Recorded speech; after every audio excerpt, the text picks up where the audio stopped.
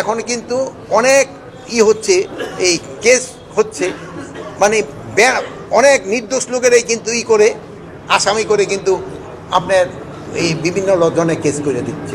এই ক্ষেত্রে আপনাকে একটু সজাগ হবে। আমি বাহিনী প্রধানদের এদেরও আমি বলছি, যারা এরকম মানে কেস করে তাদের এগেইনস্টে অ্যাকশন নেওয়া হবে। এখন যদি আপনি একটা খারাপ লোকের আপনি ওখানে তারা খারাপ বলেন, সেও আপনার এগেইনস্টে কেস করে দিতেছে, বাট সে হইলো খারাপ।